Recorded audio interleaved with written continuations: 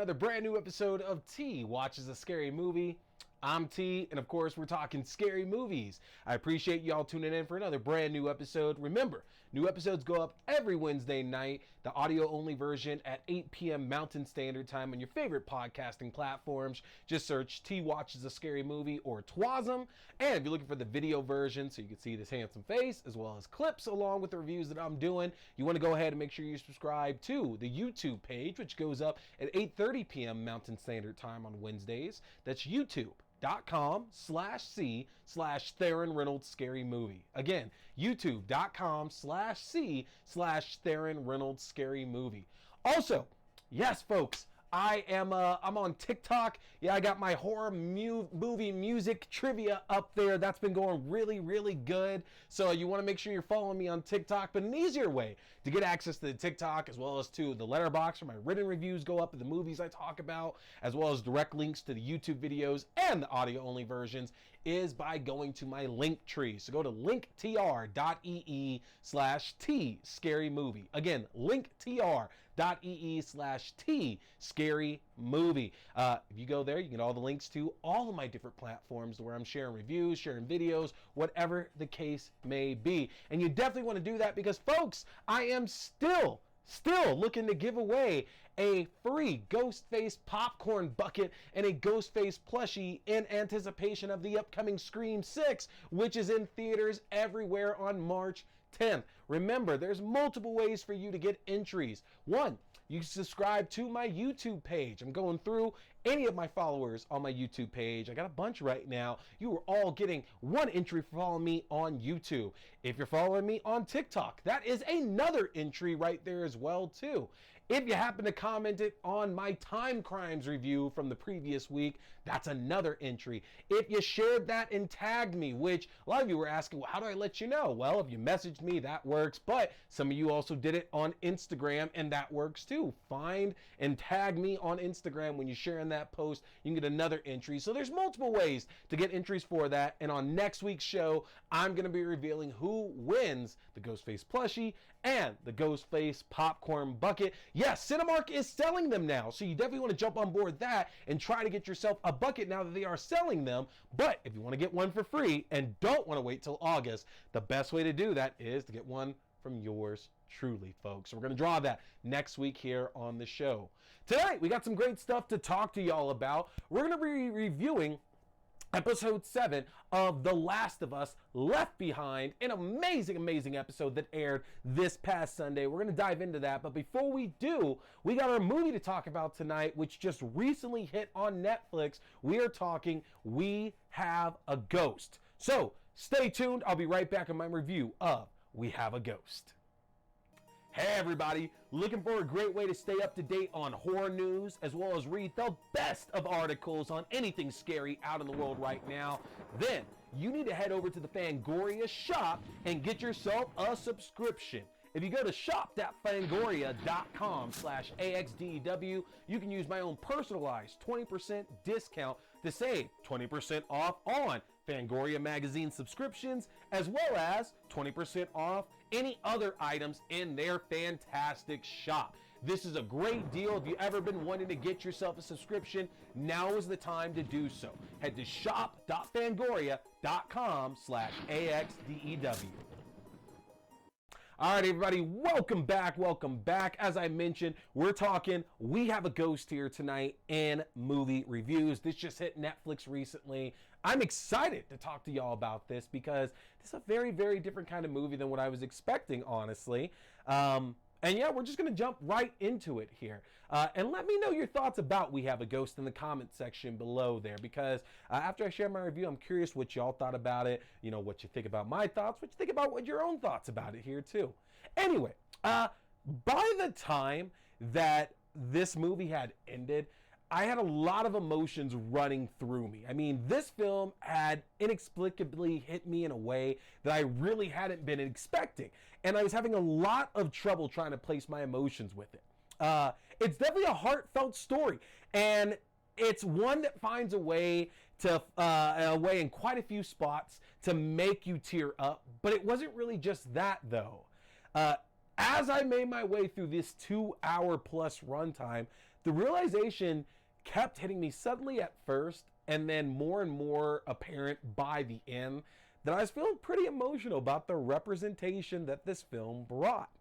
The Presleys, Kevin, played by Jahi Winston, brother Fulton, played by Niles Fitch, mom Melanie, played by Erica Ash, and dad Frank, played by the captain himself, Anthony Mackie, are looking for a fresh start and end up getting a good deal on a dilapidated fixer-upper that will remind you of most ghost house movies of the past. Like, it's pretty on point with the way they get this house and the way they end up in it, all of that. And we know it's haunted, obviously. I mean, come on, that's literally the point of the movie, and that's why this family is getting such a good deal. We see this this funny opening scene to where the previous family that was living in this house all burst out screaming, leave the house, immediately drive off because, of course, they're being haunted at that time. So the question really is, how long before they regret signing on the dotted line? Now, Kevin ends up making the hilarious discovery of balding, bowling shirt covered Ernest, played by Stranger Things David Harbour, in the attic, and due to finding the ghost more humorous than scary, immediately records the video as evidence, only to have his desperate to find his place father Frank and older brother Fulton exploit that video as a way to gain wealth and fame, because who wouldn't? If you have undeniable proof of a ghost, why would you not try to make a buck out of that? Now, from the start, the circumstances of the family stood out as one of the most accurate I had seen in this previous similar type of story that we've seen before. A family of color on hard times looking for a break is able to secure a steal of a deal in a not great neighborhood in a house that has a catch to it, of course. Now, that's not me saying that it's any better or worse than something like the Lutz family moving into the home of the Amityville Horror. But especially in 2023, the Presleys, a black family, in this situation just kind of rings with a little bit more truth to it for me, and I think for a lot of other people who are going to be watching this as well. It also speaks to the reason why the family reacts to their spiritual roommate the way that they do. Honestly, black families go through a lot in this world today, and what on earth is so scary about a balding ghost that can talk? Especially when we also have films like The Conjuring, Candyman, and The Grudge, which even scare Ernest the Ghost himself, too. So it's not really going to be a ghost that's going to be scaring this family when you have to kind of put yourself in their shoes and think about the reality of life as a black family and the situation they are these days. There's a lot more scarier things out there. Christopher Landon, who you might know from the Paranormal Activity series, or Disturbia, or even more recently, the Happy Death Day films, or Freaky, adapts the 2017 short story Ernest by Geoff Mano? It's Mano. It's probably Mano. It's Mano. And I highly recommend actually checking out this short story as well, too. If you go and check out the written review, or you check out the description here of this video, I have the link to the short story, which is available on Vice. And for different reasons, I found myself hit deeply by Mano's story.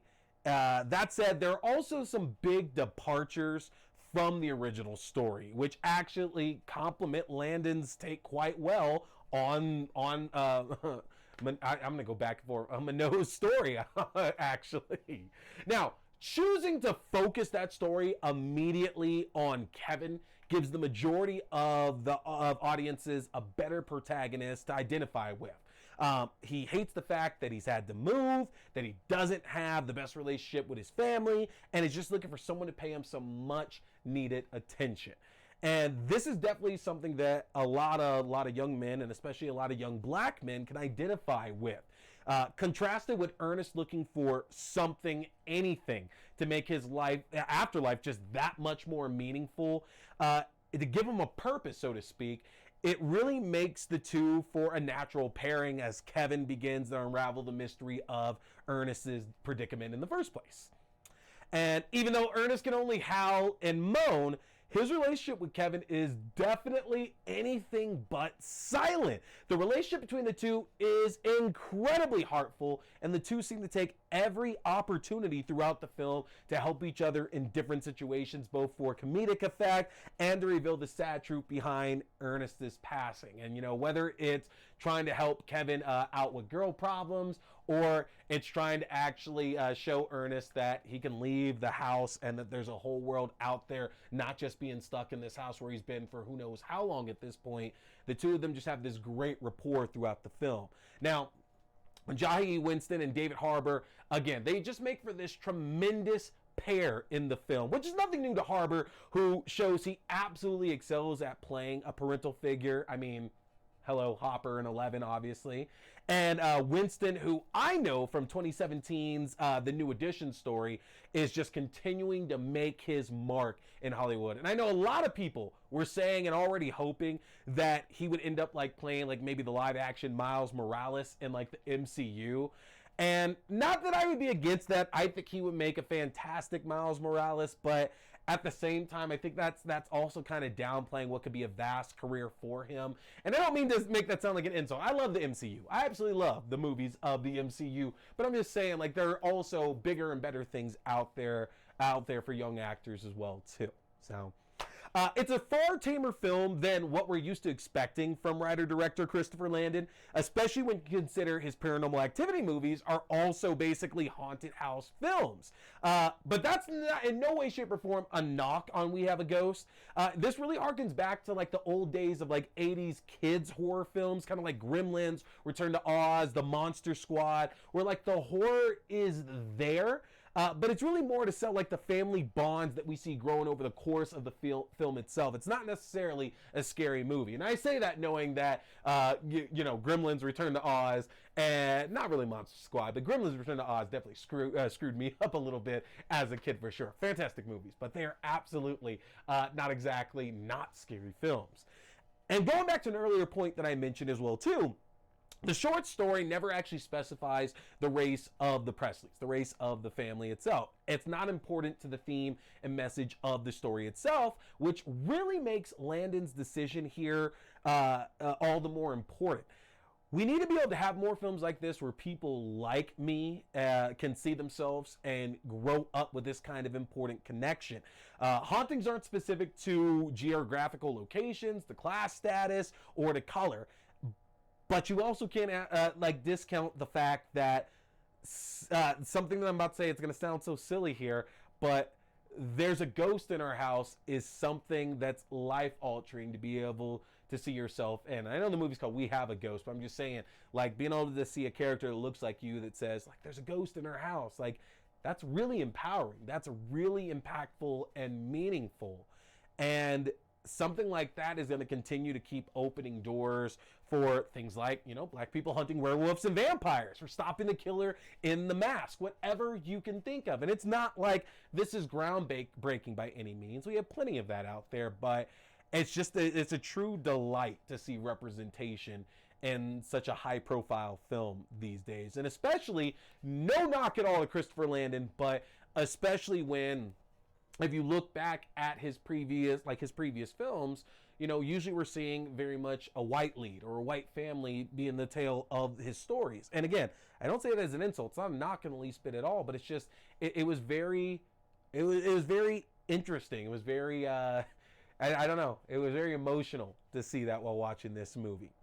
And I've mentioned already, it's tamer than Landon's usual flair. It's not going to be the choice of anybody who's looking for a spooky ghost story, but it's absolutely still a tremendous story about the way that we connect with our loved ones and how sometimes we can say so much more by not saying anything at all.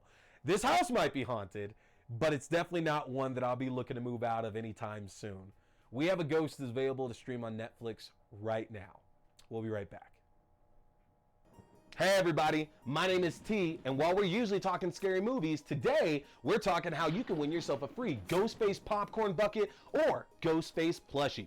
Cinemark theaters have recently released these in limited quantities in promotion with the upcoming Scream 6, which releases theaters everywhere on March 10th. So, you want to know how you can get a chance to win these right here? Well, you have a couple of ways to win yourself some entries for that. First, follow me on YouTube. Send me a screenshot showing me that you follow youtube.com/c/Theron Reynolds Scary Movie. Follow me on TikTok at T Scary Movie. And then finally, make sure that you watch and that you give me a thumbs up, a like on my review of the movie Time Crimes, which is going to drop on the YouTube channel on Wednesday, February 22nd. If you do those 3 things, you can get 3 entries. And if you happen to share that video on your social media, I'll even give you a 4th entry as well. So you have up to 4 chances to win either a popcorn bucket or a plushie. Now you can't win both. So if you happen to win one, you can't win the other. But I'll take care of shipping. I'll get that over to you, and you can have your awesome Scream memorabilia to go with you to go and see the new Scream coming out everywhere on March 10th. I'm T. We've been talking giveaways. Stay scared. Okay, so we're back here talking episode 7 of The Last of Us. Sorry, I lost my number there for a second. Left Behind. This is one that a lot of us have been looking forward to ever since we saw clips and like the trailer of what's to come before the show came out. We know that this was absolutely going to be adapting the DLC coming from the first game that came out months after the original release to fill in a little bit more information on Ellie's backstory. And it's a perfect place for it. It's right in the place where it is set in the game as well too. Ellie and Joel just got done checking out the University of Eastern Colorado, and she has managed to get Joel taken to an abandoned house and is trying to take care of him, and Joel is trying to send Ellie off at this point because he wants her to live, and obviously staying behind with Joel could be a death sentence at this point. We don't know what's going to happen, and so he sends Ellie off, and as Ellie walks up these stairs to potentially leave Joel behind, we get to see Ellie's backstory. And it's not that long ago, which is actually very interesting, I've always thought, to the story itself, especially in the television narrative, because in a video game, I feel that players are very much satisfied with not having to know everything that's happening in this long period of time. I never cared that much, to be quite honest, about what happened in between the time of Joel's daughter Sarah being killed at the beginning of the outbreak at the game, and then when we pick up when Joel and Tess meet Ellie and this whole journey begins. I didn't care that much about what happens in between. And the fact that the Left Behind DLC and this episode is set just literally a few months before everything gets started with the current day narrative of Joel and Ellie on their journey, I think that's fantastic, because it's not really important what's happened in the 20 years between the beginning of the series and where we're at right now. But Ellie's story is incredibly vital to give us an understanding of why she is the way in her relationship with Joel, and her feelings about guns and just her interest in life itself, and especially the fact that she's immune as well too. And we get to see that she was actually she was at a military boarding school ran by Fedra, and she was going through training to basically become an officer or a grunt at that point, become another Fedra soldier. And a chance encounter with her with an old friend of hers, Riley, who shows up. She had abandoned her post and showed back up to give Ellie a great night out, ends up being a very molding and shaping experience for Ellie. Riley takes Ellie to this, what was thought to be this abandoned shopping mall that's just filled to the brim with infected, and we find out that it's not actually filled with infected. And Riley is trying to show Ellie just this great night together before Riley ultimately leaves, because we find out Riley is a member of the Fireflies and has been stationed in Georgia, and this is her last night with Ellie. So we get to see the two of them connecting and trying to figure out what the next step in their lives are. And it's a beautiful, beautiful episode. It was actually kind of crazy to find out recently that the mall itself is mostly CGI, because there's some fantastic shots in it, and it definitely, even though it's not set in the 90s, absolutely took me back to malls of the 90s, just having full arcades and actually decent looking food courts and all these different department stores, which mean nothing at all to Ellie because she's never been able to experience that. So it's just all this wonder to her. And we get to experience her as a kid whereas her with Joel in the modern day, we're not really getting that full experience of her just being a kid at that point. So it was really cool to get to see just like the wonderment and amazement all over Ellie's face as all of this is happening. And ends the exact same way because obviously, you know, we don't see Riley in present day. So you can kind of take that for what it's worth and assuming exactly what's going to end up happening in this case here. But just a moving episode. Fantastic work from Bella Ramsey and Storm Reed, who plays Riley in this episode. And you really do want things to work out. And if you're a fan of the game, it's hard because you know the way things are. And I'm sure a lot of people watching this were hoping for very different things to come up from it. But amazing episode. We only have 2 episodes left, with the next one focusing on David and his group of hunters, as we're going to find out. Next episode is going to be brutal. I'm so ready for it. But if you want to hear more thoughts about it, you got to make sure you're subscribing and tuning back in, folks, for another episode. So that's going to do it for us tonight. Make sure you're coming back next week, where I'm going to be talking another episode of The Last of Us, as well as Netflix's The Strays. Hey everybody, I appreciate you tuning in for another brand new episode, movie review, game review, whatever it is now at this point. Don't forget, you want to get subscribed to my official channel so you can stay up to date for when I'm dropping new episodes, reviews, news, whatever it is. The best way to do that is get subscribed to my link tree. That's going to be linktr.ee/tscarymovie. Again, linktr.ee/tscarymovie. That'll keep you up to date with new videos, podcast links for the audio-only version, as well as my letterbox, where you can find written reviews. Get subscribed, and don't forget, keep watching scary movies, folks. Stay scared.